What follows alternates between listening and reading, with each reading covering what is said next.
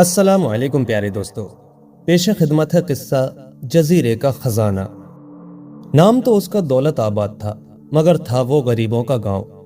دراصل وہ ساحل کے کنارے آباد مچھیروں کی ایک چھوٹی سی بستی تھی۔ وہاں صرف ماہی گیر ہی رہتے تھے۔ ان کی روزی کا ذریعہ صرف سمندر ہی تھا۔ سمندر میں دور دور تک جا کر وہ مچھلیاں پکڑتے تھے۔ کبھی کبھی انہیں ہفتوں سمندر میں بسر کرنے پڑتے تھے۔ اس کے بعد جب وہ واپس آتے تو ان کی کشتیاں مچھلیوں سے بھری ہوئی ہوتی تھیں۔ ان مچھلیوں کو بیچ کر جو روپیہ پیسہ انہیں ملتا، اس سے ان کی گزر اوقات ہوتی تھی۔ دولت آباد کے مچھیروں میں حال ہی میں ایک نئے مچھیرے کا اضافہ ہوا تھا۔ یہ گاؤں کے لیے تو نیا نہ تھا، مگر مچھلیاں پکڑنے کا کام اس نے ابھی شروع کیا تھا۔ اس کا نام قادر تھا۔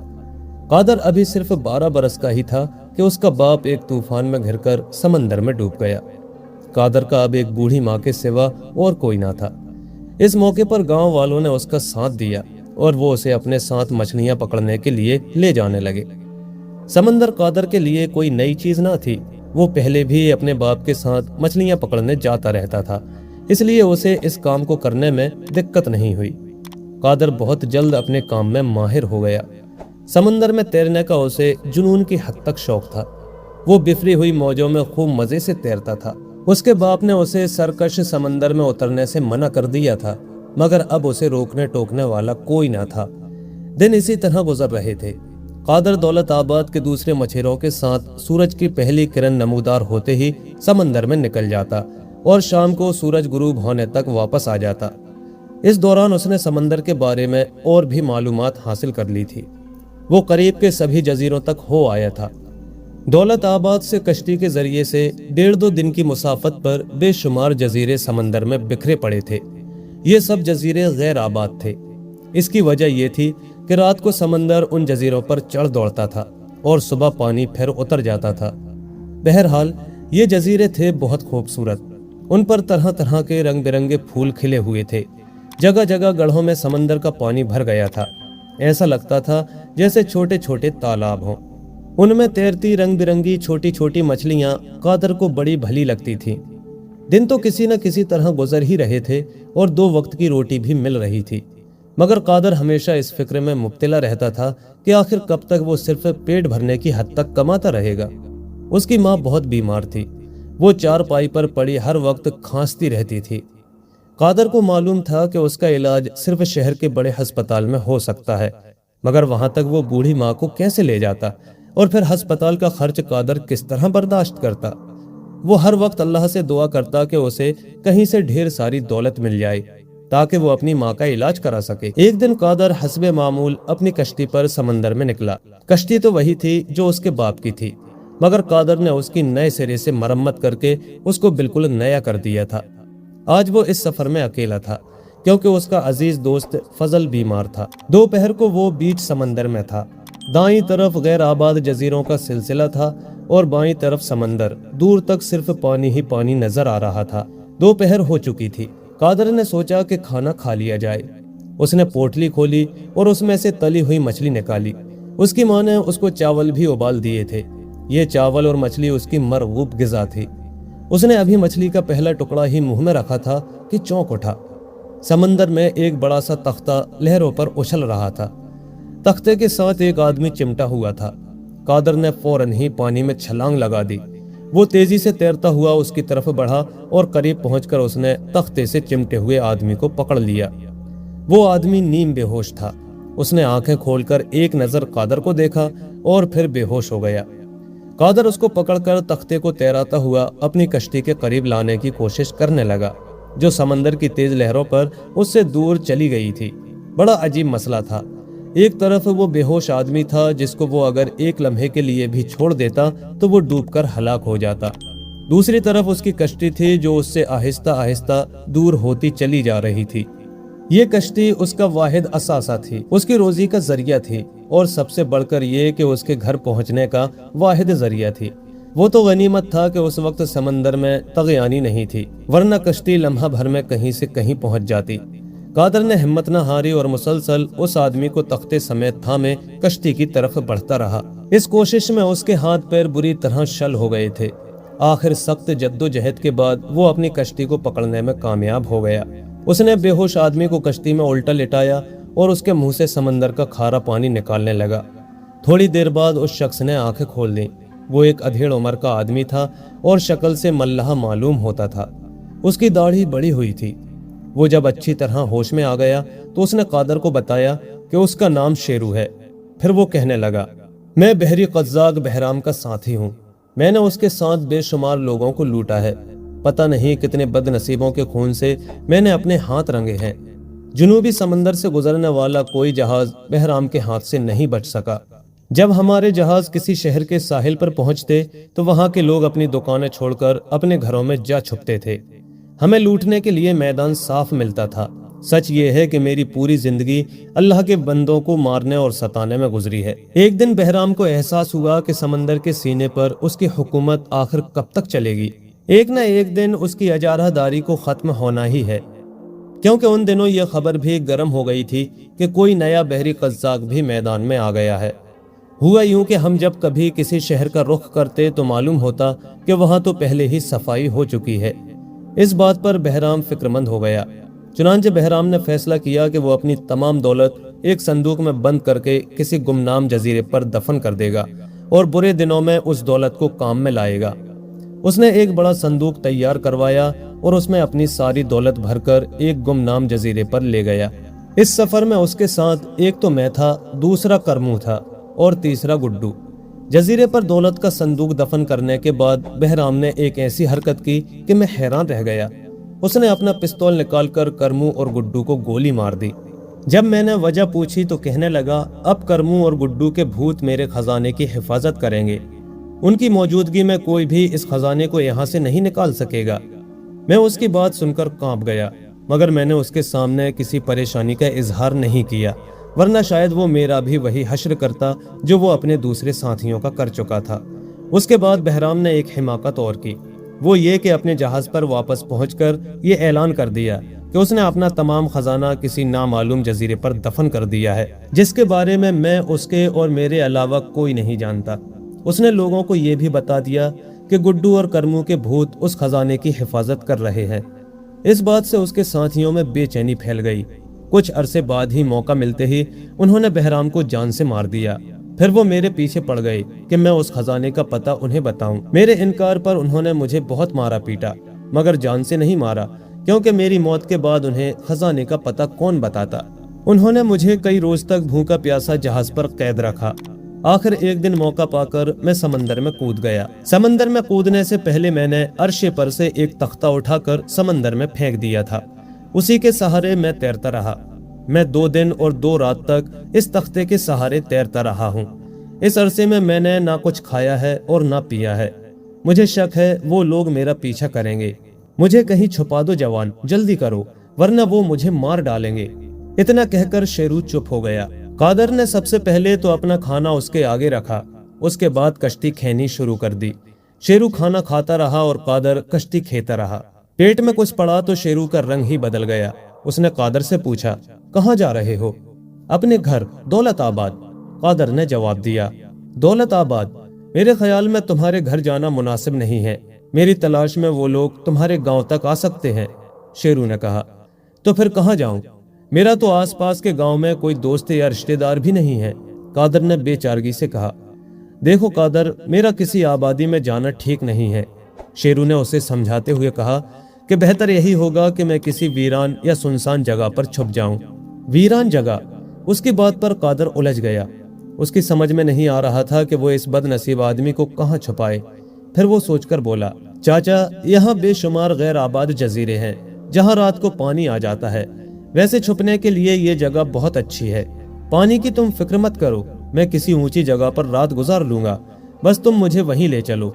शेरू ने जल्दी से कहा। चुनांचे कादर उसे एक गैर आबाद जजीरे पर ले गया। वहां पहुंचकर उसने शेरू के साथ मिलकर एक ऊंची सी जगह पर घास फूस की एक झोपड़ी सी बनाई और फिर शेरू से वादा करके वापस आ गया कि वो उसके लिए सुबह खाना लेकर आएगा। उस वक्त सूरज गुरूब हो रहा था। शाम को कादर जब घर पहुंचा तो वो खाली हाथ था। उसकी माँ उसके लिए बहुत परेशान थी। एक तो वो अकेला समंदर पर गया था और फिर उसने देर भी बहुत लगा दी थी। माँ के बार बार पूछने पर भी उसने देर से आने की वजह ना बताई और खामोशी से जाकर लेट गया। दूसरे दिन सुबह उसका दोस्त फजल आया और झोंपड़ी के बाहर से आवाज देकर बोला, आजा भाई कादर, देर हो रही है। कादर जो उस वक्त तक बिस्तर पर पड़ा हुआ था बोला, फजल आज मैं मछलियां पकड़ने नहीं जाऊंगा, मेरी तबीयत अच्छी नहीं है। कादर की बात सुनकर उसकी माँ भी परेशान हो गई। उसे पता भी ना था और उसके बेटे की तबीयत खराब थी, मगर फजल के जाने के थोड़ी ही देर बाद वो उठा और बोला, माँ रोटी दे दे, मैं जा रहा हूँ। उसकी बात पर माँ बड़ी हैरान हुई कि थोड़ी देर पहले तो इसकी तबीयत इतनी खराब थी कि उसने फजल को वापस कर दिया और अब जाने को तैयार है। फिर जब उसने माँ से ये कहा कि खाना जरा ज्यादा देना तो वो और भी हैरान हुई। खैर उसने खाने की पोटली बांधी और कादर को देकर बोली, बेटा जल्दी घर आ जाना और आज मछली जरूर लाना, अब घर में पकाने को कुछ भी नहीं है। कादर माँ की बात सुनकर चुपचाप झोंपड़ी से बाहर चला गया। दोपहर को जब सूरज बिल्कुल सर पर था वो शेरू के पास पहुंचा। शेरू ने उसे देखकर मुस्कुराते हुए कहा, आज तुझे देखकर ऐसा लगता है जैसे मेरा बेटा सामने खड़ा हो, अगर वो जिंदा होता तो आज तेरे जितना ही होता। चाचा तुम्हारा कोई लड़का भी था? कादर ने हैरान होकर पूछा। क्या बात है, तुम खुश नहीं हो? कादर ने आहिस्ता से कहा, चाचा ऐसी दौलत लेकर मैं क्या करूंगा जो गरीबों और बेसहारा लोगों से छीनी गई हो। ये दौलत गरीबों से जरूर छीनी गई है, मगर अब फिर जालिमों के हाथ लग जाएगी। उनके हाथों में जाने से बेहतर है कि ये फिर किसी गरीब को मिल जाए। कादर ने खामोशी से सर झुका लिया। उसके बाद शेरू ने जबानी भी कादर को वो जगह बताई जहां खजाना दफन था। कादर चौंके उस इलाके के चप्पे चप्पे से वाकिफ था, इसलिए वो अच्छी तरह समझ गया कि वो दौलत कहाँ दफन है। फिर भी उसने वो नक्शा शेरू से ले लिया और वापस घर चल दिया। रात को बिस्तर पर लेटे हुए कादर को नींद नहीं आ रही थी। उसकी आंखों के सामने रह रहकर खजाना घूम जाता था, जिसका पता सिर्फ उसको मालूम था। अगर वो खजाना उसके हाथ लग जाए तो वो क्या करेगा। रात भर वो इसी सोच में गुम रहा। कभी कभी उसे अपने आप पर गुस्सा आने लगता कि उसने ख्वामख्वाह इस चक्कर में पड़कर अपना चैनो आराम खत्म किया। उसकी नींद उससे कोसों दूर थी। रात को कई बार उसने चाहा कि वो खजाने के नक्शे को फाड़कर फेंक दे, मगर वो कोशिश के बावजूद ऐसा ना कर सका। सुबह के वक्त कादर की आंख लगी और चंद लम्हों बाद वो फिर उठ बैठा। उसने जल्दी से माँ से खाना लिया और एक बार फिर शेरू की तरफ चल पड़ा।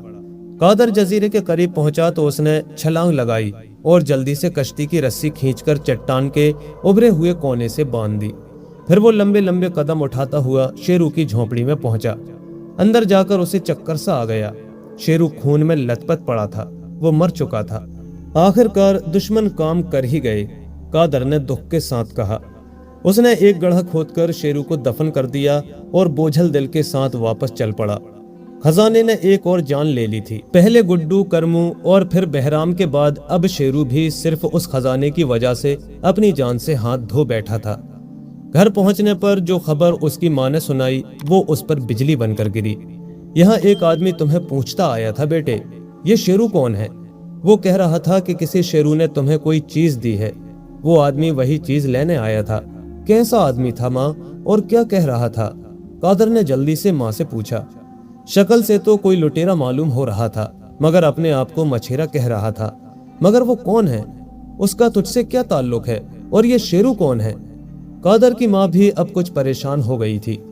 उसने माँ को तसल्ली देते हुए कहा, फिक्र ना करो माँ, कोई ऐसी बात नहीं है। आधी रात के वक्त अचानक कादर की आंख खुल गई। कोई खुरदुरा सा हाथ उसके मुंह पर जमा हुआ था। कादर ने बड़ा जोर मारा कि किसी तरह उसे हटा दे। उसका दम भी घुट रहा था, मगर काफी जद्दोजहद के बावजूद वो उस हाथ को अपने मुंह पर से ना हटा सका। फिर ऐसा लगा जैसे किसी ने उसके गिरेबान में हाथ डाला और फिर उसके गिरेबान में रखा हुआ खजाने का नक्शा निकल गया। इसके साथ ही उसके मुंह पर से हाथ हट गया। उसने जल्दी से उठकर देखा, दो साए अंधेरे में भागे चले जा रहे थे। कादर ने चाहा कि उनका पीछा करे, मगर फिर कुछ सोचकर खामोश हो गया। रात फिर वो बड़ी उलझन में रहा। सुबह उठकर वो खामोशी से टहलता हुआ समंदर के किनारे गया। समंदर में उस वक्त तगयानी थी। लहरें बिफर बिफर कर साहिल पर चढ़ रही थीं। हर तरफ दूधिया सफेद झाग उड़ रहा था। कादर खामोशी से खड़ा समंदर को देख रहा था।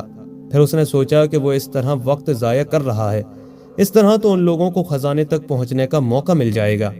اس نے کچھ اور سوچا اور پھر کشتی کی رسی کھول کر اس میں سوار ہو گیا۔ اس نے چپو تھامے اور سمندر کی طرف کشتی کو کھیننے لگا۔ اس وقت اگر اسے کوئی دیکھتا تو یہی کہتا کہ دیوانہ ہے، مگر قادر کو کسی کی کوئی پرواہ نہ تھی۔ وہ پہلے خزانے تک پہنچنا چاہتا تھا۔ دوسری طرف لٹیروں کا سردار جوشو اپنے ساتھیوں سے کہہ رہا تھا، اس خراب موسم میں سمندر میں سفر کرنے کا تصور بھی نہیں کیا جا سکتا۔ صبر سے کام لو، وقت کا انتظار کرو، موسم ٹھیک ہوتے ہی ہم چل دیں گے۔ موسم کی خرابی کی وجہ سے قادر کو بڑی پریشانی ہو رہی تھی۔ اس کی رفتار بہت سست تھی، مگر اس نے ہمت نہ ہاری اور مسلسل آگے بڑھتا رہا۔ 1 گھنٹے بعد ہی ہوا اچانک رک گئی اور سمندر میں اٹھتا جوار بھاٹا ختم ہو گیا۔ سمندر کے پرسکون ہوتے ہی قادر نے اپنی کشتی کو تیزی سے کھیننا شروع کر دیا۔ موسم کی بدلتی صورت نے اس میں جوش بھر دیا تھا۔ وہ سمجھ گیا تھا کہ اللہ نے اس کی مدد کی ہے۔ وہ بار بار مڑ کر پیچھے دیکھتا، مگر سمندر میں دور دور تک کسی اور کشتی کا نشان نہ تھا۔ خزانے کا نقشہ تو اس کے پاس نہیں تھا، مگر شیرو نے کئی بار اس کو زبانی سمجھایا تھا، اور پھر اس نے نقشے کو اس قدر غور سے دیکھا تھا کہ سب اس کو زبانی یاد ہو گیا تھا۔ دوپہر کے بعد وہ اس جزیرے تک پہنچ گیا جو شیرو کے کہنے کے مطابق خزانے والا جزیرہ تھا۔ قادر نے کشتی کو کنارے پر لگایا اور پھر اس میں سے بیلچہ اور کدال اٹھا کر جزیرے پر چڑھ گیا۔ اس نے اندازے سے اس چھوٹی سی چٹان کو تلاش کرنا شروع کر دیا جس کے پہلو میں بہرام نے خزانہ دفن کیا تھا۔ 1.5 گھنٹے کی محنت کے بعد وہ چٹان مل گئی۔ اب مسئلہ یہ تھا کہ کھدائی کس جگہ کی جائے۔ یہ چٹان تو کافی بڑے گھیرے میں تھی۔ قادر کس جگہ کو کھودتا؟ کافی دیر سوچنے کے بعد اس نے ایک جگہ کھدائی کرنے کا فیصلہ کیا ہی تھا کہ چپوؤں کی تیز آواز نے اسے چونکا دیا۔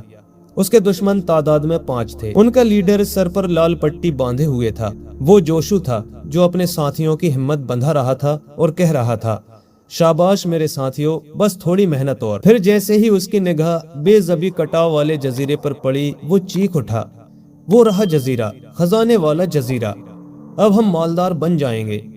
مگر اس خزانے کی نگرانی تو بھوت کر رہے ہیں۔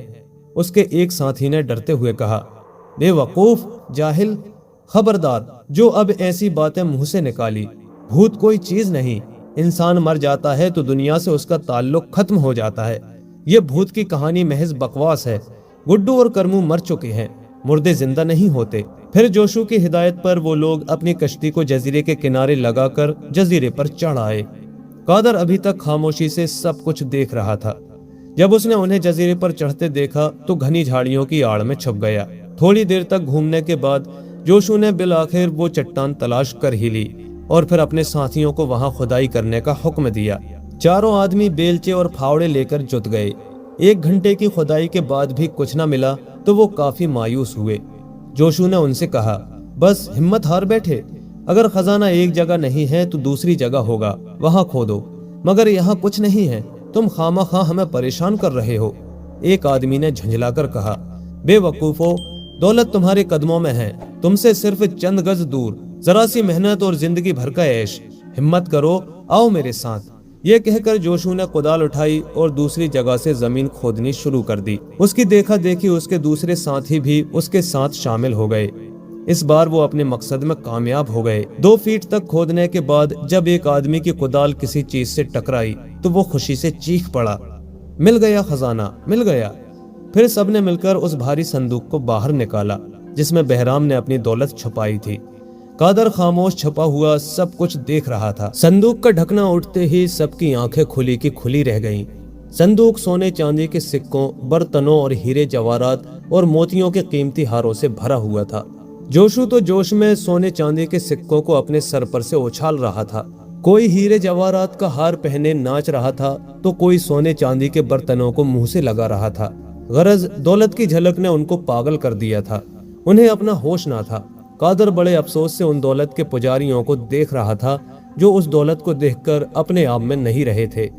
اچانک ان کے ایک ساتھی نے گھبرا کر کہا، اندھیرا ہو گیا، اب گڈو اور کرمو کے بھوت آنے والے ہوں گے۔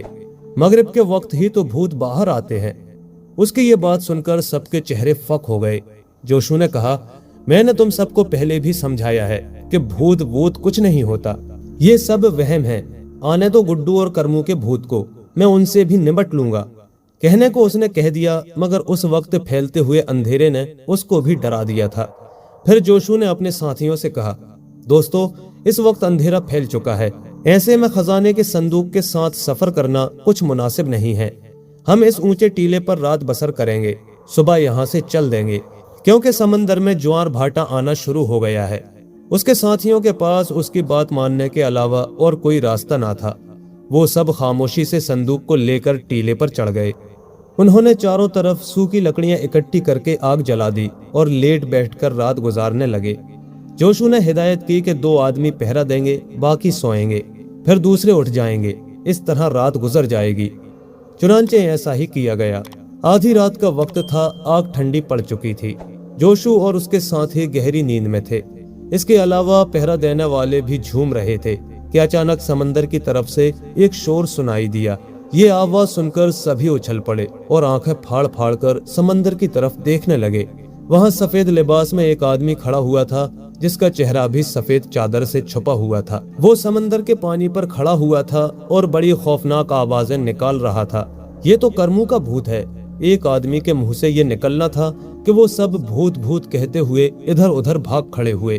भूत पहले तो वहीं खड़ा हुआ आवाजें निकालता रहा, फिर लंबे लंबे कदम उठाता हुआ उधर आया जहां वो सब सो रहे थे। उसने संदूक का ढकना खोला और उसमें से हीरे जवाहरात के हार निकालकर अपने लिबास में रखने लगा। उसने ज्यादा कुछ नहीं लिया, सिर्फ चंद हार निकालकर अपनी जेब में रखे और फिर सोने चांदी के सिक्के भी एक थैले में भरे और वापस चल पड़ा। चांद निकल आया था। समंदर की लहरें एकदम तूफानी हो गई थीं। वो भूत कादर था जिसने उन लोगों को डरा कर भगा दिया था और अब वापस अपनी कश्ती की तरफ जा रहा था। उसी वक्त उसने देखा कि तूफानी लहरें संदूक को बहाकर समंदर में ले गईं और अब वहां कुछ ना था। जोशू और उसके साथी भूत से इस कदर डर गए थे कि फिर टीले पर आए ही नहीं और यूं भूत अपना काम करके चलता बना। कादर ने इस दौलत से सबसे पहले अपनी माँ का इलाज कराया, फिर दौलत आबाद में एक अस्पताल बनवाया ताकि गरीब मछेरों को भी इलाज मुआलजे की सहूलतें हासिल हो जाएं। दोस्तों, कहानी कैसी लगी हमें कमेंट करके जरूर बताएं। पसंद आई हो तो लाइक करें, शेयर करें और हाइप जरूर कर दें। और ऐसे ही मजीद दिलचस्प किस्से कहानियों के लिए हमारे चैनल को सब्सक्राइब भी कर लें। शुक्रिया।